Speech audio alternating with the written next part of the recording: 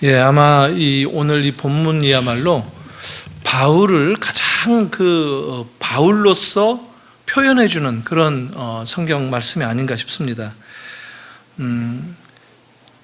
계시 경험을 얘기했고요. 아주 신비로운 자기 체험을 소개하고 있고, 뒤이어서 그러나 그거보다는 좀 더 약한 것을 내가 자랑하겠다 하면서 자기 개인적인 몸에 가시가 있다는 얘기를 지금 함으로써 내가 약한 그때 곧 강함이다. 그리스도의 능력이 내게 머물게 하기 위해서 나는 내 약함을, 내가 약한 것을 감사하고 자랑한다. 이런 요지에 이 기독교 복음을 가장 선명하게 보여주는 그런 구절이 아닌가 생각이 듭니다. 지금 계속해서 바울은 자기가 사도로서의 권위가 뭔가 문제가 있다고 보는 고린도 교회의 일부 성도들, 그 사람들에게 자기를 변호하고 있는 이야기를 계속 써 내려가고 있었던 중입니다. 지금 고린도 전서도 마찬가지지만 후서도 고린도 교회에 있는 문제들에 집중하면서 그 문제를 해결하기 위한 바울의 특별한 그 설명, 그리고 지시사항, 이런 것들을 편지로 담는데, 이 후서는 특별히 바울이 사도로서 뭔가 권한이 없는 사람 아닌가, 사도로서 뭔가 부족한 사람이 아닌가, 사도라고 하면 좀 더 능력이 있을 뿐만 아니라 뭔가 외적으로 나타내 보일 만한 어떤 증거들이 나타나야 될 텐데, 말을 잘해야 된다든가 능력을 행할 수 있다든가 어떤 신비로운 어떤 체험, 고린도 교회 성도들 식으로 얘기하면 어떤 성령의 특별한 은사들을 주렁주렁 달고 살면서 그것을 기대하는 사람들에게 얼마든지 보여주고 나눠주고 해야 될 터인데, 바울은 그렇지가 못한 것 같다. 그가 혹시 자칭 사도는 아닌가?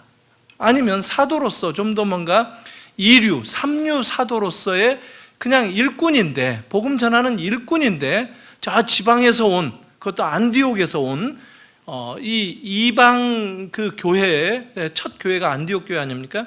거기에서 온 파송받은 이 3류 일꾼인데, 그런데 자칭 마치 12사도의 권위를 이렇게 능가하거나, 때로는 베드로도 게바도 꾸짖었다고 하고, 이런 얘기들을 서슴지 않고 하면서 12사도들의 권위와 나란히 자기를 두고 있는 그런 모습들이 고린도 교회 성도들의 그 은사파라든가 어떤 강한 사람들, 그리고 심지어는 바울의 이 권위에 도전하는, 그 정도라면 나도 한다 하는 이런 사람들의 입장이었는데, 그런 사람들에게 바울은 사도의 진정한 기준, 하나님의 일꾼으로서의 진정한 표는 그렇게 강한 것이 아니다, 능력이 아니다, 오히려 고난이고 연약한 것이고, 그럴 때 하나님께서 그 약함을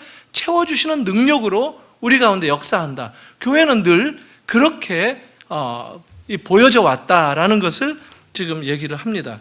그래서 11장에서는 오늘 12장 1절부터 10절까지만 봤는데요, 11장에서는 소위 말하는 자기 개인의 그 고난의 체험들, 내가 얼마나 고난을 이렇게 자초하면서 살아왔는가, 그것도 참 여러 고난이죠. 줄이고 목마르고 쫓기고 파선당하고 강도의 위험, 심지어 동족으로부터의 위험, 끝없는 그런 위험, 이런 것들이 계속 되어 왔지만, 이런 고난은 오히려 내가 자랑할 만한 것이다. 이 고난은 곧 사도로서, 그리스도의 일꾼으로서의 일한 흔적들이 아닌가. 이것 때문에 바로 고린도 교회 이 성도들을 향해서 이런 고생 때문에, 고난 때문에 당신들이 존재하는 거 아니냐, 당신들이 교회를 세운 거 아니냐, 교회로 모이는 것 아니냐, 바로 당신들이 바로 내 사도의 표다라고 얘기를 해왔던 것입니다. 그리고 11장 마지막 부분에서 뭐라고 또 얘기하느냐면, 사실 이렇게 육체적으로 고난받고 한 것보다도 더 심각한 것은, 사실 나는 교회를 염려하는 이 마음고생이다라는 얘기를 합니다. 그 한시도 교회를 위해서 염려하지 않았던 적이 없다. 누가 약하면 나도 약해졌다. 누가 실족하게 되면 나도 애타했다. 그런데 너희가 지금 도매로 실족하고 있는 이런 모습을 보이다니 하는 이 안타까운 심정을 얘기했던, 그래서 좀 더 부정적이고 고난적인 상황을 얘기했던 것이라면 11장에 들어서서는 이제 좀 개인의 색다른 경험을 얘기합니다. 14년 전에 있었던, 이 14년 전에 3층 천을 다녀왔던 이 놀라운 이걸 뭐라고 그러나요? 아주 신비로운 이 계시 체험을 했던 이 바울이었어요. 이런 그 계시 체험을 바울이 어떻게 접근하는가, 어떻게 설명하는가를 우리가 잘 봐야 되는데, 간간히 우리 한국 교회에 이런 비슷한 계시 체험 자기도 했노라고 하는 사람들이 은근히 하나씩 나와요. 주기적으로 나옵니다. 10년에 한 명씩 꼭꼭 나오는데 다 사기꾼인 거예요. 바울이 이 계시 체험을 했던 것을 얘기해요. 신비로운 체험을 얘기했다고 얘기를 해요. 이런 정도 얘기하면 웬만한 까라들은 다 기죽어서 그냥 다 물러날 거예요. 다 정말 길을 못 펴고 다 그 뒤로 물러날 터인데, 남의 가시가 들려있는 것을 뽑아줘도 시원치 않을 게 이 사도의 능력일 텐데, 놀랍게도 그 계시 체험을 한 바울이 동시에 자기에게 가시가 있는 거를 자기조차 못 뺐다라는 얘기를 붙여서 하고 있습니다. 그러니까 신비로운 이런 능력, 계시 체험을 자랑하는 게 아니라, 그런 계시 체험까지 한 사람이 병이 나아야 되잖아요. 근데 병이 낫는 거하고 전혀 상관없이 자기 병도 못 고친 채로 지금 계속 있는데, 뒷부분으로 가면 갈수록 이상해요, 톤이. 이걸 또 자랑한다는 거예요. 이게 감사하다는 거예요. 이게 은혜라고 얘기를 하는 거예요. 이게 내 은혜가 아주 네게 족하다라고 하나님께서 들려주신 그 음성까지 소개하는 겁니다. 그리고 7절에 이미 앞에서 해석을 미리 해놓은 건 뭐냐면, 이것이 아니면, 이 은혜가 아니면 마치 자기가 그런 계시 체험도 하고 신비로운 능력 있는 체험도 했던 이런 입장에서 스스로 교만하여질까 봐서 가시를 둔 것이다 라고 해석을 해내는 거예요. 그리고 가만히 보니까 자기에게 있어서 이 병치레하는 거, 이 병의 정체가 뭔지는 모릅니다. 이게 두 가지로 해석을 전통적으로 해왔는데, 이 용어가 두 가지 병을 뜻하는 것으로 사용되는데, 하나 안질이기도 하고 앞이 안 보이는 거예요. 그리고 또 다른 거는 간질, 안질, 간질 비슷하죠? 우리말로도 간질일 가능성이 훨씬 더 높다라고 얘기하는 거예요. 이게 얼마나 덕이 안 되겠어요. 교회에서 목사가 설교하다가 거품 물고 쓰러지면은 이게 성도들이 그 교회 나오려고 하겠어요? 바울이 그렇다고 생각해 보세요. 심지어 바울이 갈라디아서 4장을 보니까 뭐라고 얘기했느냐면, 너희는 나의 이 연약한 것, 이것을 받아주고 이것을 정말 인정해 주어서 정말 고맙다. 나를 이렇게 품어줬다. 나한테 이런 연약함이 있는 것을 너희가 알면서도 하나님의 천사 혹은 그리스도 예수를 대하는 것 같이 나를 대했다라고 갈라디아서 사람들을 칭찬합니다. 감사하다고 표현해요. 그 갈라디아서 편지는 처음부터 시작해서 인사말도 안 하고 시작한 편지예요. 왜냐하면 급해가지고 화가 나가지고, 왜냐하면 내가 가르친 그 복음에서 너희가 속절없이 그렇게 율법으로 돌아가 버렸느냐, 지금 꾸짖는 얘기를 하는 그 와중에 그거는 참 감사했다. 처음 나를 받아주고 내가 이런 연약한, 이런 가시가 있는 사람인데도 불구하고 너희가 나를 인정해주고 그래도 예수님처럼 나를 대했던 거 참 감사하다. 이렇게 감사를 표현하면서 은근히 처음에 바울을 대했던 그들의 그 초심으로 돌아갈 것을, 복음적인 그 상황으로 다시 회복할 것을 갈라디아 교회에게 얘기하던 그런 말씀도 있습니다.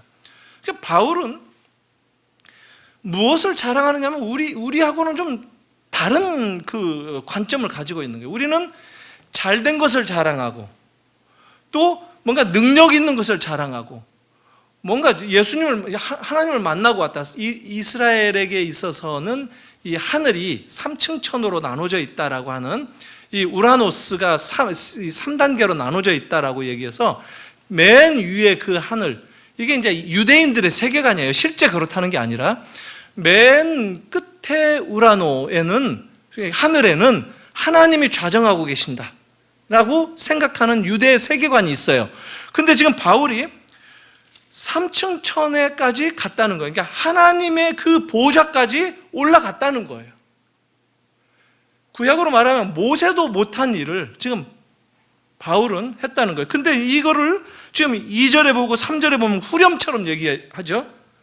이게 지금 긴가민가 한 것도 있고 사실상 자기를 억제하는 그 내용을 편지에서도 담고 있습니다. 그가 누구예요? 지금 바울이죠. 그가 지금 그 자기 자신을 얘기하는데 어떤 한 사람을 안다라고 하는 이 3인칭 시점으로 얘기를 하는 거예요. 그 그리스도 안에 있는 한 사람을 아는데 그는 14년 전에 셋째 하늘에 이끌려갔다. 그가 몸 안에 있었는지 몸 밖에 있었는지 나는 모르거니와 하나님만 아신다. 자기는 모른다는 것을 강조합니다. 하나님을 계시로 만났는데, 하나님의 보좌까지 끌려가서 만났는데 자기는 몸 안에 있었든지 밖에 있었는지, 이게 환상인지 꿈인지 생신지 나는 모른다. 그러나 하나님은 아신다. 자기는 결국은 모른다라는 걸로 겸손하게 그 계시를 이렇게 덮고 있는 이 바울의 표현을 보면 오히려 더 신빙성이 가죠. 바울이 이런 신비적인 체험을 했다는 것에 대해서 얼마나 더 우리가 신빙성이 가는지 모르는 그런 태도로 얘기를 했어요. 그가 낙원으로 이끌려가서 말로 표현할 수 없는 말을 들었다. 이거 굉장히 중요해요. 사람이 가히 이르지 못할 말이로다. 말을 들었다는 거예요. 말씀을 들었다는 겁니다. 하나님에게 말씀을 들었다는 거예요. 계시라는 것은 말씀이에요. 계시가 다른 것이 아니라 이 말씀으로 주어지는 계시인 것을 바울이 다시 한번 확신을 해주고 있는데, 대부분 우리 특히 이 한국 교회 좋아하는 게 뭐냐면 신비 체험 너무 좋아하잖아요. 어디서 무슨 뭐가 있다, 기이한 일이 벌어졌다, 뭘 갔다 왔대. 자기가 간 것도 아니고 누가 갔다 왔다는데, 하나님 만났다고 그러는데 거기서 알짱알짱 대면서 그 옆에 가서 그 얘기를 듣는 것을 좋아하는, 이 도대체 어떤 심리인지를 사실 참 모르겠어요. 성경에 그런 거 하나도 강조하지 않거든요. 기독교가 신비 종교라고 성경은 보지 않습니다. 기독교가 초월적인 종교인 것을 강조하는 게 복음이 아니에요. 기독교가 능력의 종교인 것을 강조하는 게 이 기독교의 원래 취지도 아니에요. 기독교는 계시의 종교예요. 그리고 기독교의 그 계시의 종교라고 하는 특징은 뭐냐면, 어떤 체험을 했느냐 이게 중요한 게 아니라 그 체험이 왜 있었는가. 지금 바울이 얘기하고 있잖아요. 말을 들었다는 거예요. 말씀을 들었다는 거예요. 그 내용이 중요한 것이지 그 자체, 체험 자체, 신비 그 자체는 아무짝에도 쓸데없다는 거예요. 근데 우리 사람들은 그 껍데기를 안고 있는 그 신비적 현상만에 눈을 머물기를 좋아하는 아주 잘못된 그런 습관이 있다라는 겁니다. 자, 병이 나을 수 있어요. 그리고 어떤 기적적인 체험을 할 수 있어요. 근데 그게 왜 있는가? 왜 그런 경험을 하는가? 이게 중요하죠. 바울도 자기가 그런 경험을 하고 계시 체험을 했는데, 그거 가지고 자기가 내가 그 정도 했으니까 내가 권위 있는, 능력 있는 사도야? 나는 하나님을 만나고 온 사람이야? 이걸 내세운 것이 하나도 없다는 거예요. 그런 삶을, 그게 자기를 치장해주는 삶으로 연결된 것이 단 한 번도 없다는 거예요. 우리가 사도행전을 읽어서 알지만 바울의 행전이라고 할 수 있을 만큼 바울 이야기를 기록하고 있는데, 11장, 12장에서 얘기하는 바울의 가시 얘기, 또 아주 고난 나름대로 당하기도 해요. 바울과 실라가 감옥에 갇혔다가 풀려 나오기도 하고 고난 당하는 것들이 많이 나오지만, 바울이 지금 고린도 후서에서 얘기하는 만큼의 고난은 사도행전에서 나오지도 않아요. 그런 만큼 바울이 철두철미하게 그렇게 복음을 위해서 헌신했던 자기의 삶을 과시하지 않았다는 거예요. 생색내지 않았다는 거예요. 다 덮고 아무도 모르게 자기가 묵묵하게 자기 길을 갔던 그런 사도였다는 것을 반증해 주는 그런 이야기예요. 그래서 사도행전이라든가 다른 편지들에게서 바울의 이런 고난당하는 것들은 결코 나오지 않아요. 심지어 지금 이 가시, 몸의 가시, 그것도 자기가 3번씩이나 기도했다는 거예요. 근데 그 기도의 응답이 뭐냐? 9절 말씀이라는 거예요. 9절 말씀. 하나님 뭐라고 말씀하셨느냐면 내 은혜가 내게 족하도다. 이는 내 능력이 약한 데서 온전하여짐이라 하신지라. 그러므로 자기가 크게 기뻐했대요. 무슨 얘기예요? 기도 응답받지 못한 그 사실이 깨달아져서, 이게 은혜라는 것이 깨달아져서 기뻐했다라고 연결을 하고 있다는 거예요. 우리 한국교회 성도들은 이런 구절들을 이렇게 이런 식으로 이 성경의 논리의 흐름을 쫓아서 읽으려고 하지를 않습니다. 그러면 이거 안 되는 것처럼 생각을 해요.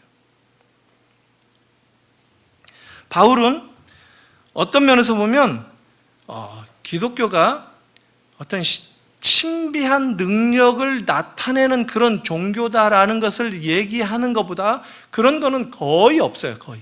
그걸 강조하지 않아요.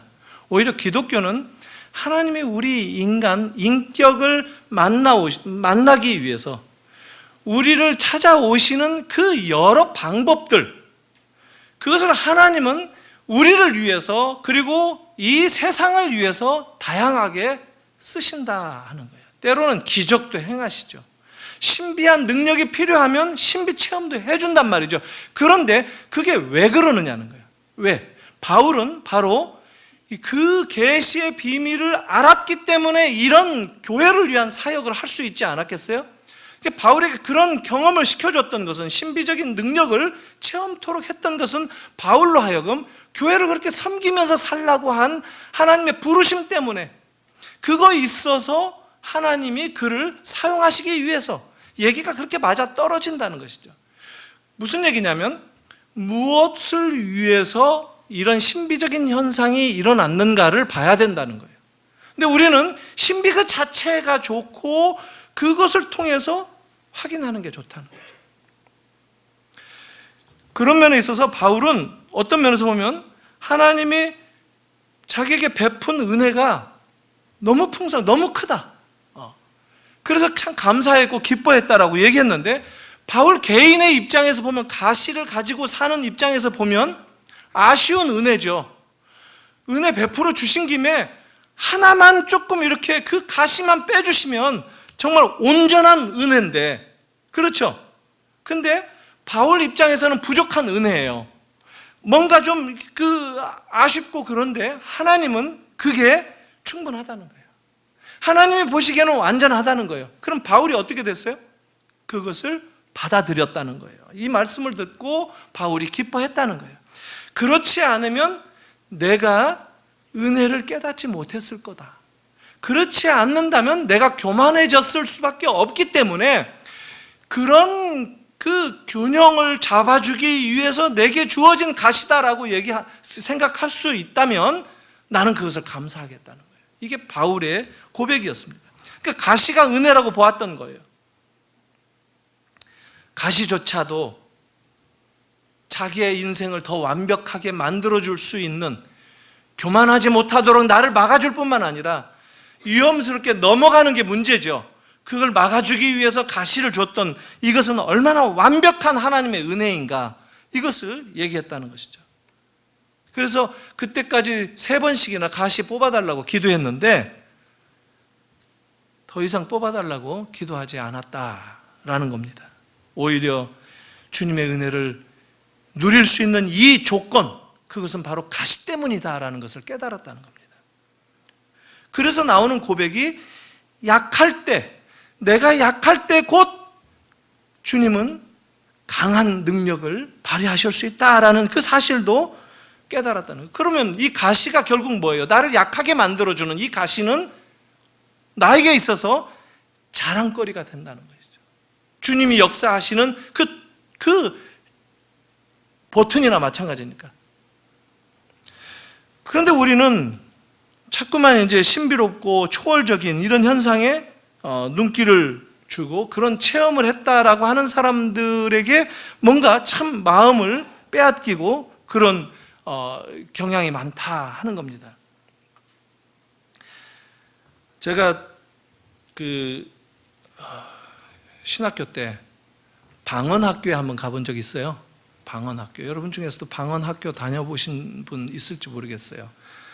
뭐 학비를 내기도 하고 또 뭐 되고 난 다음에 내라고 하는 학교도 있고, 제가 갔던 학교는 딱 갔는데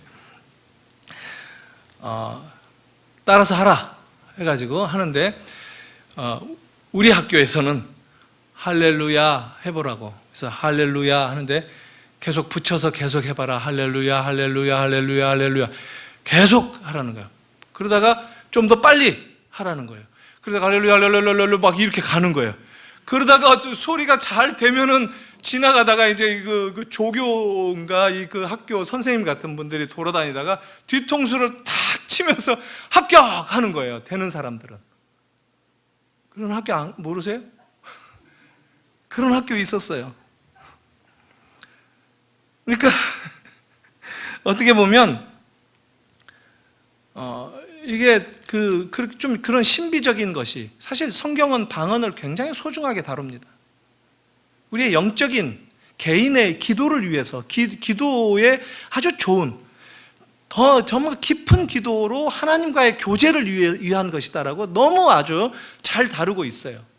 그런데 이거를 이렇게 키재기하는 식으로 은사 자랑으로 고린도 교회가 그렇게 삼았잖아요. 성경 우리 지난번에 살펴봤지만 사도행전 2장에 보면 방언 나오죠. 그 방언 뭐라고 그래요? 난 곧 방언으로 들었다고 그러죠. 그렇지 않습니까? 서로 각자 뭐 열 몇 개의 나라에서 왔는데 전 세계에서 뿔뿔이 흩어졌던 그 각기 자기가 나서 배웠던 자기 마더텅, 우리 같으면 한국말을 하는 사람, 그리스말을 하는 사람, 뭐 시리아 말을 하는 사람, 뭐 이런 사람들이 다 모였는데 그 난 곧 방언으로 자기들은 자기네 말을 했을 뿐인데 그것을 다 알아들었다는 거잖아요. 그러니까 무슨 말이에요? 성경이 지금 처음 오순절 방언의 기적을 얘기할 때 그 방언이 스피킹 방언이라고 얘기하지 않는다는 거예요. 히어링 방언이었어요. 듣는 방언이었다는 거예요. 듣는 게 통일된 것이 방언이었다는 거예요. 근데 우리는 어떻게 말하는 학교까지 생긴다는 게 이게 말이 됩니까? 학교까지? 있을 수 없는 일이에요, 사실. 그게 뭐냐면 바벨탑에서 언어가 흩어져 가지고 서로 못 알아먹었잖아요. 그게 회복된 것이 지금 오순절 놀라운 교회에 주신 하나님의 능력이고 특권이었다는 거예요. 그래서 소통이 이루어졌다는 거예요. 이제 하나님이 비로소 소통할 수 있는 상대로 교회를 정하셨다는 거예요. 그렇게 큰 눈에서 안 보고 한 가지 신비로운 현상에만 매몰되게 되면 그렇게 보고 그거 훈련하고 학교 다니고 나 할 줄 안다 이렇게 가는 거죠. 또 우리나라는 이렇게 넘어뜨리는 것도 좋아해요. 넘어졌다, 막 넘어뜨렸다. 어떤 아무개 목사는 넘어뜨렸다. 그래서 거기서 넘어지려고 또 그 앞에 가가지고 줄 서고, 왜 나는 안 넘어지지? 넘어지고 싶은데 넘어지면 뭐가 되는 줄 알고. 아니에요. 성경에 넘어져가지고 축복받는 사람은 하나도 안 나와요. 오히려 그 반대잖아요. 일어나라 하죠. 예수님이 나사로야 일어나 나와라 그러죠. 네? 그렇잖아요. 이 베드로하고 요한도 은과 금은 내게 없으나 나사렛 예수의 이름으로 명하노니 네가 일어나 걸으라 그러잖아요. 일어나라고 하는 거예요. 넘어뜨리는 걸 좋아해요. 넘어뜨리는 것을. 실제로 있었던 일이에요. 오륜교회, 강처 송파에 있는 엄청난 교회입니다. 지금은 커져가지고 교회를 또 뭐 한 10층 이렇게 지어놓으니까 사람들이 또 그 동네에서 또 다 몰려요. 우리 한국 사람들의 특징 아닙니까?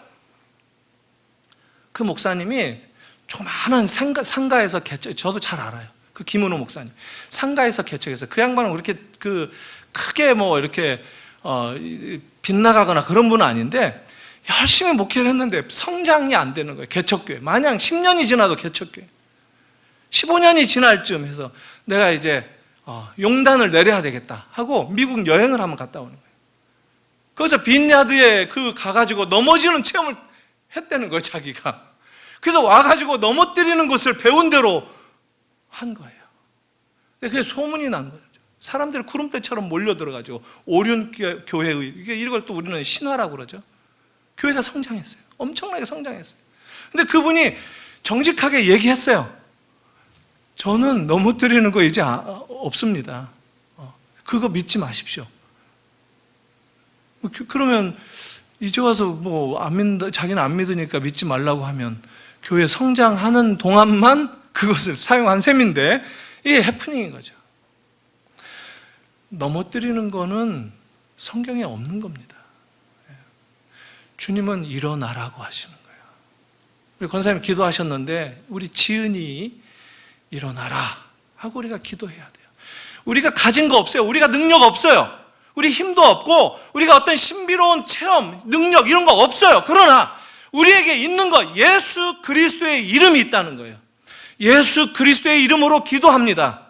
예수 그리스도의 이름으로 기도하니 지은아 일어나렴. 일어나라. 이렇게 여러분 기도하시기 바랍니다. 바울이 지금 그거 얘기하는 거예요. 근데 우리는 어떤 신비적인 것을 자꾸 기대하는 건데 그런 거 없어요. 예수 이름 안에 다 있는 거예요.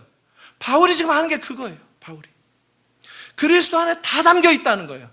우리가 무엇을 믿고 무엇 때문에 살고 하는 이 모든 것의 비밀이 예수 그리스도에게 있다는 거예요. 바울은 그것 때문에 신비에 대한 이 언급에 대해서는 자기는 할 말 없다. 난 모른다. 그게 뭘 했는지 모른다. 그걸 내가 했다고도 안 해요. 그가 몸 안에 있는지 밖에 있었는지 나는 모른다. 자기가 말할 수 있는 것은 약함을 자랑하겠다. 연약한 것. 왜냐하면 하나님이 하셔야 되니까. 모든 일은 역사를 주관하신 분은 하나님이세요. 우리의 생명과 우리의 이 땅에서의 모든 복과 화는 주님이 주재하신다는 거예요. 그걸 인정하는 게 기독교인 거예요. 그것 때문에 주님은 이제까지 당신의 사람을 세상에 보내셨고 그들이 고난받으면서도 그것을 증거해서 그 예수 그리스도 그분이 우리의 구주인 것을 믿도록 하는 그 믿음으로 우리를 불러오셨다는 거예요. 그게 교회인 거예요. 거기에 다른 것이 없어요.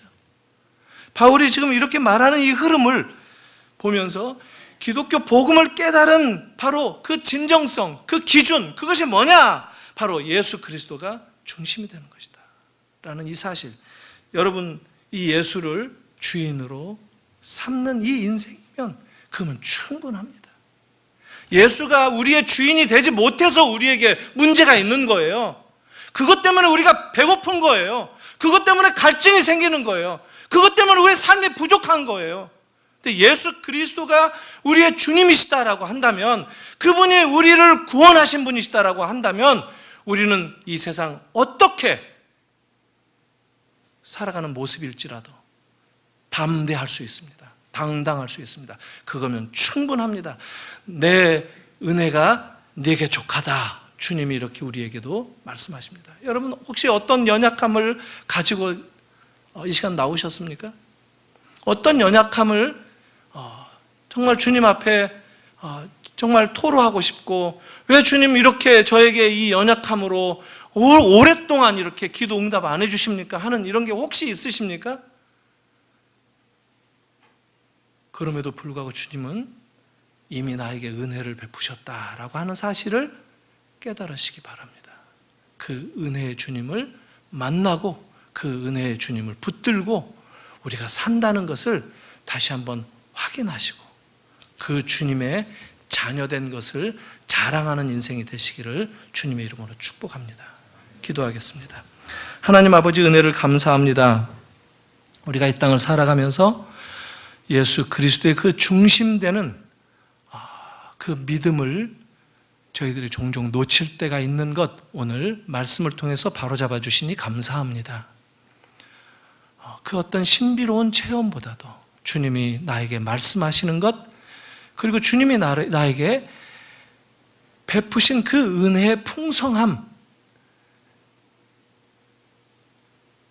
그것을 붙잡고 자랑하는 인생이 되게 하여 주시옵소서. 하나님 아버지, 우리 가운데에도 인간적으로 참 연약하고 우리가 뭘 하려고 해도 할 수 없는 그런 상황, 뭔가 뒤집고 고치려고 해도 우리에게는 아무런 능력이 없으며, 그래서 이따금씩 신비로운 어떤 체험들의 소문이 들린다면 우리의 마음도 우리의 귀도 쫑긋해지는 그런 세상 가운데 저희들이 살고 있습니다. 주님 불쌍히 여겨주시고 주님의 이름을 순수하게 믿음으로 부르면서 고백하면서 나아갈 때